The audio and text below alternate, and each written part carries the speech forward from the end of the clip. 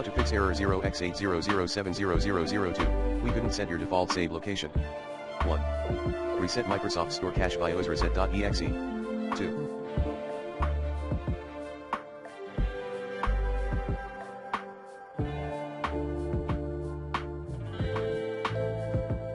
Run Windows Store Apps Troubleshooter.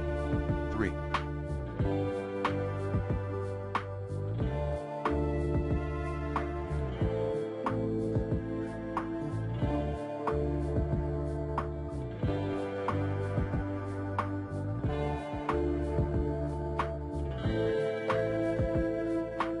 Change permission of the package folder, default location, C:\users\your username /appdata/local. To do so, try some ownership taking tool on the web.